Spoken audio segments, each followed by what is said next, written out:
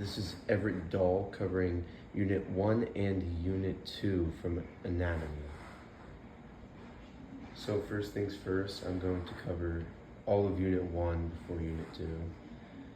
And I'm going to be starting with anatomical terminology, which covers anatomical position, planes, all the terminology and stuff. So first I'll start with anterior. It describes the front or direction towards the front of the body. Posterior describes the back or direction towards the back of the body. So the polar opposite of anterior. Popliteus is posterior to the patella. Superior is a position above or higher than another part of the body. Inferior is a position below or lower than another part of the body. Inferior is the opposite from superior, so a position below or lower than another part of the body.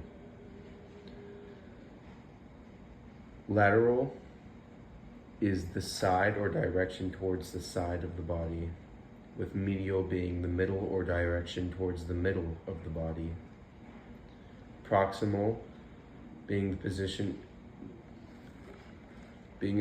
in a limb that is near the point of attachment or trunk of the body. Distal is a position that is further away or further than the point of attachment. Another way you could say that is being away from the trunk of the body. Superficial is a position closer to the surface of the body. And deep is a position further from the surface of the body. Some examples of this we could use: the orbits are superior to the oris, the crus is distal to the femur, the skin is superficial to the bones, or the toes are anterior to the foot. And a drawing or physical representation of that is on the board to the right. You see the two people that both are labeled right, left, proximal, medial, where medial would be by the near the umbilical region, or you could say superior to that. So moving on to the planes. The sagittal plane divides the body or organ vertically. The frontal plane divides the body into an anterior portion, while the transverse plane, the last one, divides the body horizontally. That was a pretty quick one. Simple. Anatomical position is used to create a simple base format to avoid confusion for the user. That could be doctor, student, etc. And take away this confusion and remove the mistakes that comes out of it. Next, we have cavities. The human body houses many cavities that assist in protecting very vital organs. That there's a long list of them. But to make it simpler, they're classified into two main groups: the dorsal and the ventral. The dorsal body cavity holds the cranial cavity and the vertebral cavity, and so on, with the ventral body cavity holding the thoracic cavity, abdopelvic / or pelvic cavity. The 9 region of the abdopelvic cavity and the major organs in them would be: for the right hypochondriac region, we have in the upper right section, we have the liver, gallbladder, right kidney, and portions of small and large intestines. The epigastric region is the upper central area. It holds the stomach, pancreas, and spleen. With the left hypochondriac region, which would be the upper left section, would have the diaphragm, spleen, left kidney, and pancreas as their major organs. The right lumbar region being the middle right section. This holds the colon of the large intestine, right kidney, and portions of the small intestines. The umbilical region is the dead center, holding the small intestine. The left lumbar region would be the middle left section, holding both the left kidney and portions of the small intestine. The right iliac region, which would be the lower right region, holds the cecum, appendix, and as their two vital organs. The hypogastric region, or you could say the pubic region, is the lower central region, right under the umbilical region, which holds the urinary bladder and reproductive organs, etc. The left iliac region, which would be the lower left section, holds the sigmoid, colon, portions of the small intestines as its vital major organs. Moving on to our next subject, which would be homeostasis. We're going to be covering the components of a feedback loop. The stimulus is the change internally or externally in an environment. That would be both whether it would be a positive change or a negative change. It all depends. The receptor detects this change in the stimulus. So this could be a thermostat, scale, etc. And the stimulus, for example, could be weight, it could be temperature, as in fever, and stuff like that. The integrator that determines a response to the stimulator or stimulus, that would be a direct act towards the cause and effect, and the effector executes the stimulus response. So it does what the integrator says to do, perchance. Going on the feedback loops, we have the negative feedback loop that works to reduce the stimulus, so it works against the stimulus. With the positive feedback loop doing the polar opposite, it works to amplify the stimulus, so it would be working with it. Examples. I have two, one for negative and one for positive. For negative, I wrote down, if body temperature rises, sweating cools, that brings the temperature down. That would be negative feedback due to it working against the stimulus and lowering it or working against it. For the positive feedback, I have release of oxytocin during childbirth intensifies contractions until baby is delivered. So this would make the stimulus being intensified, making the positive feedback loop working with it to amplify it. A reason why it is absolutely necessary to maintain homeostasis is due to the fact if it's not, a list or a series of negative effects are just destined to follow. These effects could include the development of a disease, organ failures, or other serious or minor health issues. Those are only some reasons why homeostasis must be maintained in the human body. Below you can see two examples I illustrated, one being the loop from homeostasis to receptor, control center, and effector, all the way back to homeostasis, creating one big loop with another loop next to it of the loop of childbirth, you could say. So covering homeostasis, we are going to go down to organ systems.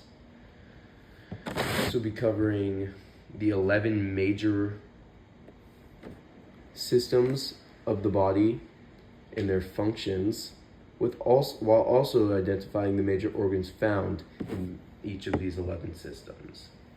Going first, we have the integumentary system. Components are the skin, hair, glands, and nails. Some functions for the system could be it protects body from external factors, maintains a steady body temperature, and helps prevent water loss.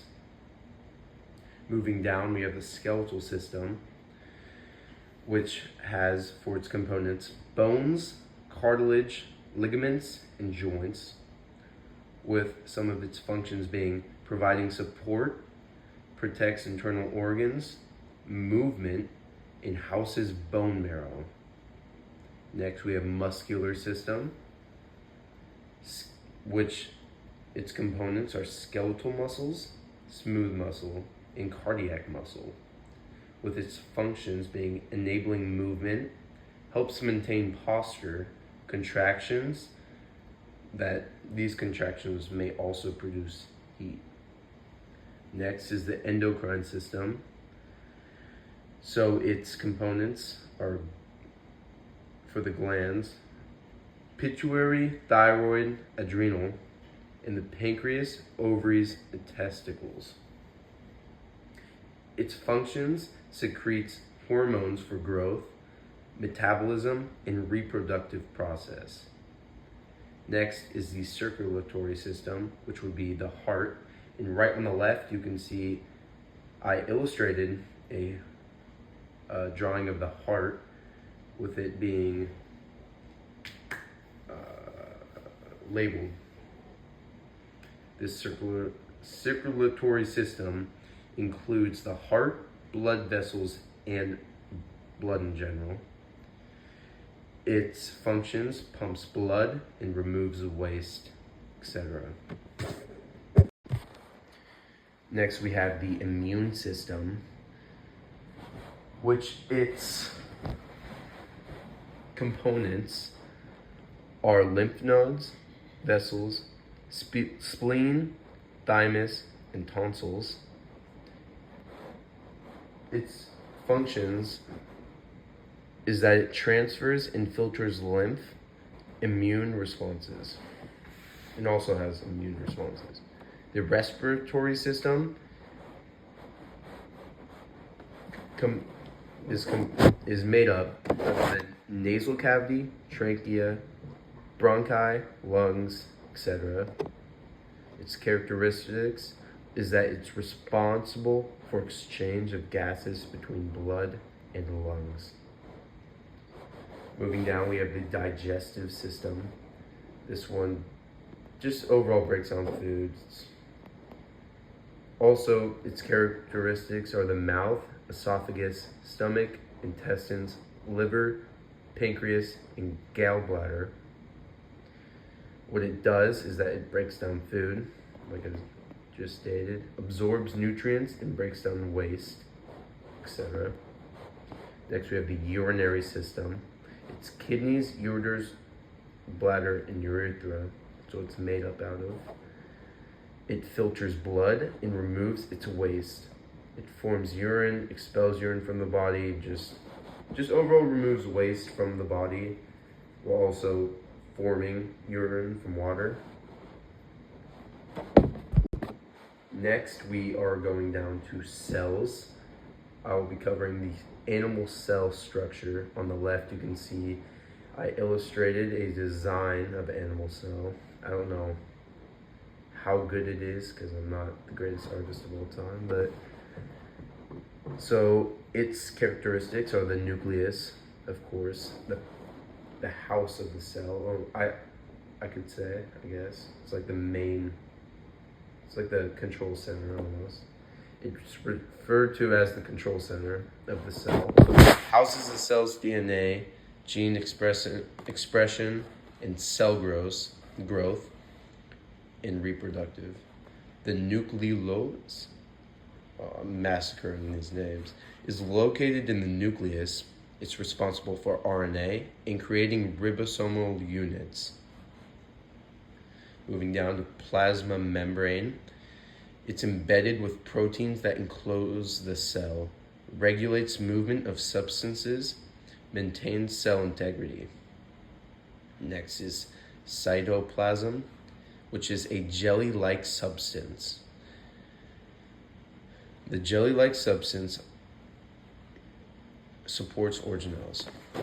Next is mitochondria, the powerhouse of the cell, is what's known as, so aka, supplies energy for cell activities. That's not the only task it has, but that's its overall main one. Now we have ribosomes, RNA, and proteins for protein synthesis, protein supply for secretion, or membrane integration. Next is the endoplasmic reticulum. We have both the rough ER and smooth ER we're covering in this one. So for the rough ER, it concludes of ribosomes, synthesis, holds proteins meant for secretion and membrane. For the smooth ER, we have it lacks ribosomes, unlike the rough ER, which holds a bunch of them. It has the detoxification process and calcium ion storage. For the Golgi apparatus, it has a series of stacked membrane that help modify, sort, and package proteins. For the lysomes, membrane-bound vesicles that break down waste. It has foreign pathogens and cellular debris. Peroxisome has organelles that can contain enzymes that break down acids and remove toxic substances. Centrosomes and centrioles have a structure that plays a role in organizing the entirety of the chromosome movement. Next is the cytoskeleton. So cytoskeleton, last but not least, has a network of proteins, tubules for structural support, cell shape, its role is to maintain cell shape, and cell movement. It helps with cell movement. Next, we have the stages of mitosis. To our left, I have illustrated another drawing, of course. I'm only pointing out the ones that may help gain an understanding. So first, the loop begins with prophase. A chromatin condenses into a visible chromosome. Nuclear envelope starts to fade. For the next part of the stage, we have metaphase. Chromosomes align, ensuring every new cell will receive identical set of chromosomes. Next, for the phase, we have an anaphase. A sister chromatin separate. Next is the telophase. Nuclear membranes form around each set of chromosomes, condensing back into chromatin. Our second to last phase, we have the cytokinesis. The cytoplasm divides, resulting into two separate daughter cells. Last but not least, we have the mitosis, or that was the last one. So mitosis plays a big role in maintaining homeostasis. And it also, due to the fact it plays a key role in maintaining cell formation. It helps with tissue repair, regeneration, growth, development, in cellular turnover, and so on and so forth. For our next one, we will be covering, for Unit 1, the last one, will be classification of tissues. Which will be covering the epithelial tissue first, the appearance, characteristic, and locations of all of them. So first, for epithelial tissue, we have simple epithelium, which is a single cell layer thick. The stratified epithelium has multiple layers it helps with protection, is what the multiple layers do, basically. The pseudostratified epithelium has varying cell heights, one layer, that make it appear to be multiple layered, but it is only one layer. Squamous cells are flat, thin, and scale-like. Cuboidal cells are a cube shape, and they're all equal in length and width. The columnar cells are tall cylinders, which are taller than their width. So you could say they're skinnier, but taller.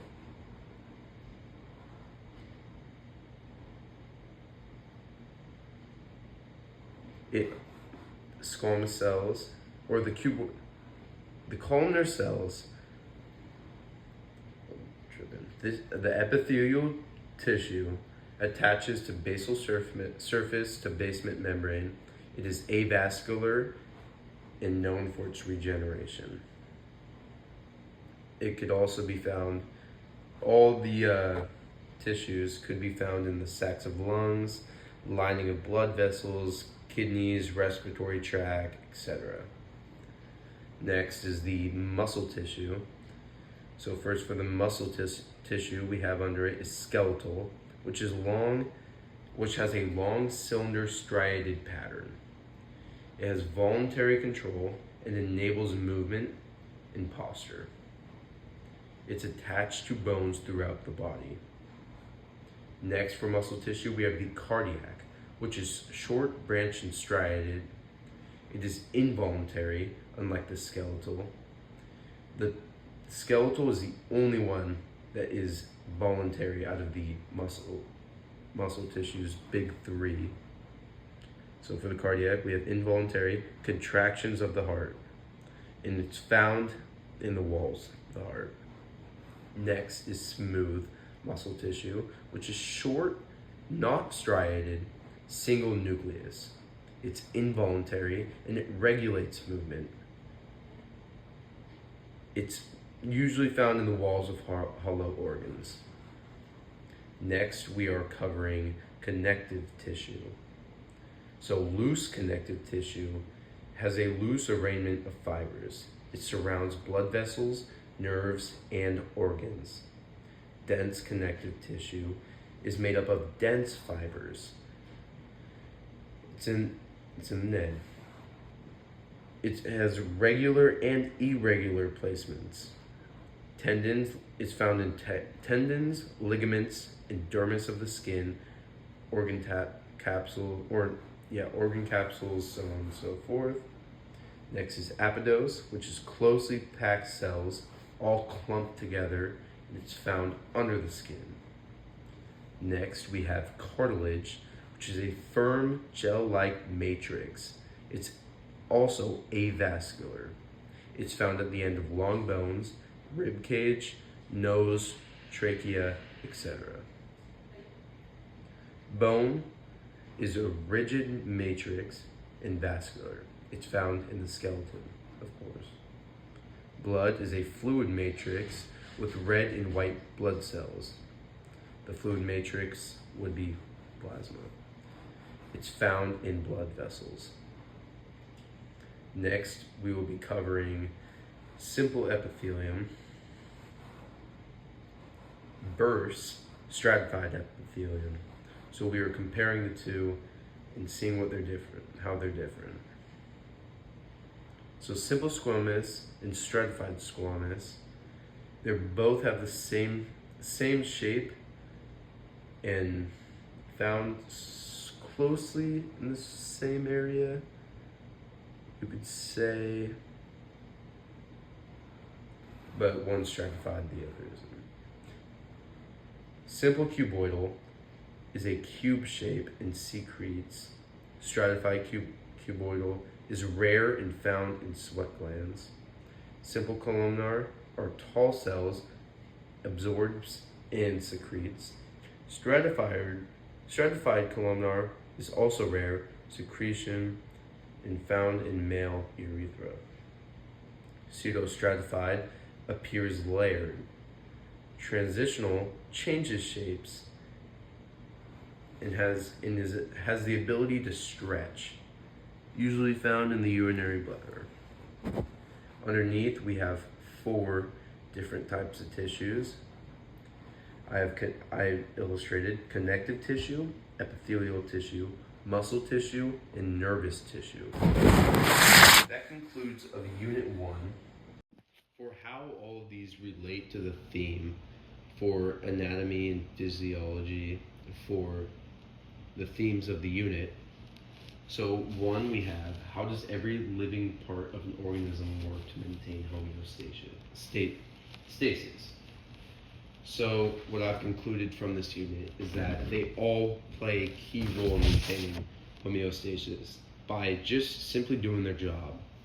All of them connect together and create major functions, some major, some minor, but at the end of the day, they all end up being major functions. And all these functions work to maintain homeostasis by just flat out doing their job. And when they do their job, things go right. And that's what they're made for, doing their job. Next, how does the structure of different parts, organs, and systems allow those things to carry out their organs? So going on from the first question on how does every part of the organism work to maintain homeostasis, I just said they just work to maintain a balance by just doing their jobs and doing what they're intended to do. And for the structure of different body parts, organs, and systems allow those things to carry out their organs. So they're all designed extremely specifically and detailed to where they all fit in the right places, and it just all works out. For an example, I could use the heart, for example. With the heart, we have it all played out with the left coronary artery, the right coronary artery, all the veins, and major organs that all come together and they connect like a huge puzzle piece. And once they do their specific tasks, eventually they all lead up to complete something much bigger. All of them end up carrying out their specific tasks by allowing the other to do so by just doing their job. And the cells collaborating. It's extremely it's a confusing process, but it all kind of works out. It works itself. And that also leads me into what I really learned, big 3 things I learned from this evening. I mean, coming into this class, I had no clue what I'm doing. And yes, I still struggle, but I have a overall understanding of what these things actually are and how they even come to carry out these tasks, and how they're built so specifically to carry out these tasks. Like for the skin, for example, we have the hair shaft, hair follicle. Like I never thought of it that way. Like I didn't know it was built that way. Like the design for the cavities, I had no clue what a cavity was. I knew what a cavity was, but I didn't at the same time. I didn't know where they were placed. I didn't know really what the point of them was. With an anatomical position, I sort of knew what that was, but I didn't know really why that was in general. And so as we progress through the unit, obviously I learned it more fluently, and I understood what was actually being said with the definition, with the vocabulary words. I had no clue what any of them mean, and I think I could get a huge chunk of them down now. I don't know if I put it on the spot, but if I had a good day of preparation. Now I could probably I think I could get some on the spot. So yeah, that really, most of the stuff we covered this in, was all of the lab manuals, and for the anatomical position, we covered that on page 15.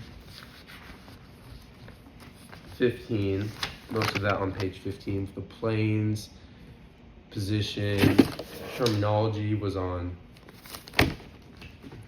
page 13, with body cavities being on page 14, along with learning the parts of an animal cell on page 17 through 19. 17 was more of a levels of organization, but it still came down to work together and being part of the same thing. So parts of an animal cell was page 19. And yeah, that was about it. We covered all of it in the lab manuals, and everything's in our notebook. So yeah, moving on to Unit 2.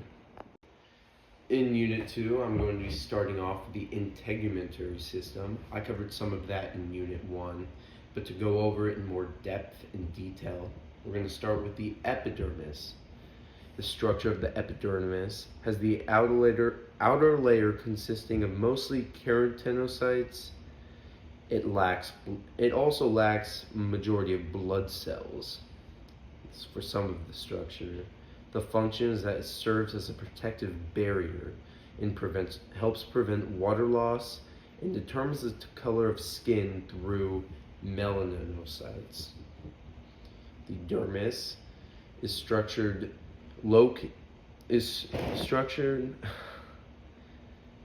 located under the epidermis.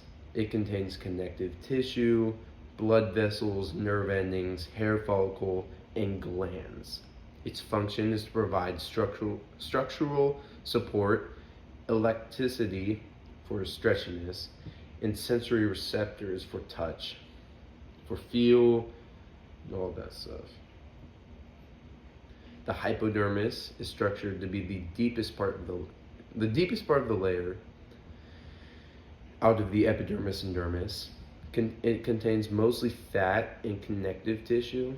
Its function is that it insulates the body, it cushions the organs, whilst also connected to the skin underlying the tissue. So that would be the epidermis at the top, the dermis in the middle, and the hypodermis at the bottom. So that covers those big three. Moving on to the thickness, we have the thick skin is mostly found on palms, soles of feet, and other sensitive areas, or not sensitive areas, on more places used that you normally have friction a lot on. So on your feet, that would be walking a lot, or for your hands, that would be grabbing things and stuff. The thick skin helps give you more of a grip and reduces friction and stress. Thin skin covers most of the body with a much thinner epidermis. The thin skin may contain amounts of hair follicles, sebaceous glands, and sweat glands. The presence of hair on these glands would be hairy skin and hairless skin. For hairy skin, it's found on areas such as the scalp, arms, and legs, along with many other areas on the body. The hair provides insulation, while glands secrete sebum to lubricate it. For the hairless skin, it's found mostly on areas such as the palms, soles, and surfaces of the fingers, which would be thicker skin areas. Most likely would be hairless as well. The hairless skin the hairless skin feature helps intensifying features such as grip and sensitivity. Going into the epidermal thickness now. The thickness is specialized the epidermal thickness in specialized areas.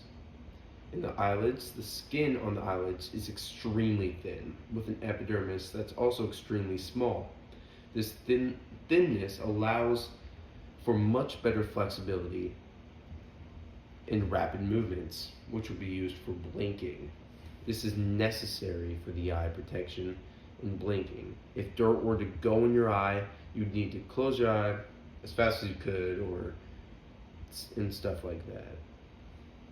The back and shoulders is also another place where epidermal thickness in specialized areas plays a place. Yet, unlike the eyelids, the back and shoulders is obviously much thicker. This thicker skin is to prevent some unnecessary stress and to improve its durability. In the integumentary system, just massacring names out here for that, its protection acts as a physical barrier against environmental hazards such as pathogens, chemicals, and physical injuries. Another feature it has is sensory perception. Holds sensory receptors, of course, that detect things like touch, pressure, pain, and temperature, which is key, which is a day-to-day thing we use in life. Another feature is thermoregulation. It regulates body temperature through sweat or even constricting blood vessels. Next, we have excretion. It removes waste, such as urea and salts, doing all this through perspiration. Next is synthesis of vitamin D. It starts production of vitamin D when when exposed to UV light, which is very important for bone health. Last but not least is the storage. It stores water and lipids, also contributing to energy and hydration, which is necessary to move through your day-to-day life. For the next part of Unit 2, we'll be covering bone, joints, and skeletal system. For the long bone, we'll be covering its diaphysis, which houses the central shaft of the bone, mostly made up of compact bone, and provides strength and support. The epiphysis would be the middle of the bone, expanded ends of the bone, making up of mostly spongy bone that has red bone marrow. The epiphyseal line or plate, the growth plate, is the epiphyseal line or plate, also known as the growth plate. This part is designed for growth. The periosteum is a dense, fibrous membrane covering the surface of the bone. It holds a lot of blood vessels and nerves. The endosteum is a thin membrane that lines the medullary cavity, or found in the medullary cavity, involved in bone growth, repair, and remodeling, playing a key role in that. The compact bone is the strongest part of the bone. It's dense, hard outer layer of the bone tissue. The spongy bone contains red bone marrow that helps in the production of red blood cells. And the red bone marrow is, of course, located in the spongy bone, produces the red blood cells, as repeated. The articular cartilage is a thin layer of hyaline cartilage that covers the joint surfaces of the epiphysis. Yellow bone marrow mostly stores fat and is found in the medullary cavity. The medullary cavity, of course, houses the yellow bone marrow, and it's found near the middle part of the bone. Next, we'll be covering the bones of the skull. So, for the first bone is the frontal bone. It forms the forehead. It features the supraorbital foramen, allowing a passage for nerves and blood vessels. Next, we have the temporal bones, which forms the sides of the skulls. It includes the mastoid process and external auditory meatus, which would be hearing, the ear, etc. Next is the occipital bone, which forms the back and the base of the skull. It holds the foramen magnum. Next would be the sphenoid bone, located at the base of the skull. It houses the pituitary gland. Next is the mandible, which is the lower jaw bone. It includes the mental foramen and the mandibular condyle. Next, we have the vertebral column. Next bone we're covering is the vertebral column. The cervical vertebrae, which houses 7 bones, is found in the neck region. The atlas supports the skull, and the atlas axis allows head rotation. Thoracic vertebrae, which houses 12 bones, is found in the mid-back region. Each bone articulates with a pair of ribs.